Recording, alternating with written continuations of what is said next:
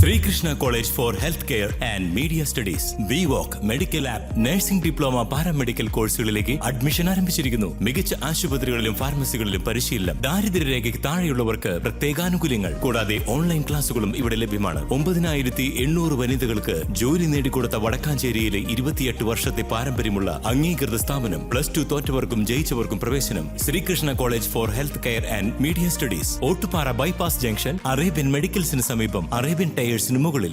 തൃശൂർ ആനക്കലിൽ ഭർത്ത് വീട്ടിൽ യുവതിയെ മരിച്ച നിലയിൽ കണ്ടെത്തി. അവനിശ്ശേരി സ്വദേശി 30 വയസ്സുള്ള ഉണ്ണിമായയാണ് മരിച്ചത്.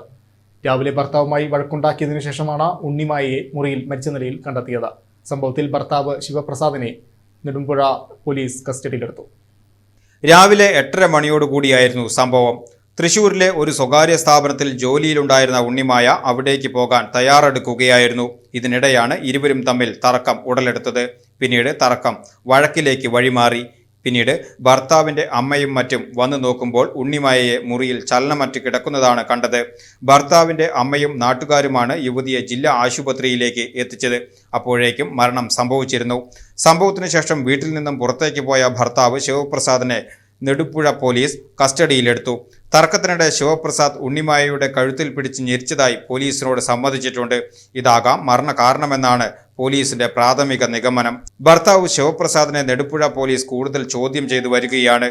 മുൻപും ഇരുവരും തമ്മിൽ വഴക്കുണ്ടാകാറുണ്ടെന്നാണ് നാട്ടുകാർ പറയുന്നത്. ഉണ്ണിമായയുടെ മൃതദേഹം ജില്ലാ ആശുപത്രി മോർച്ചറിയിലേക്ക് മാറ്റി. പോസ്റ്റ്മോർട്ടത്തിന് ശേഷം മാത്രമേ കൃത്യമായ മരണകാരണം കണ്ടെത്താനാകൂ.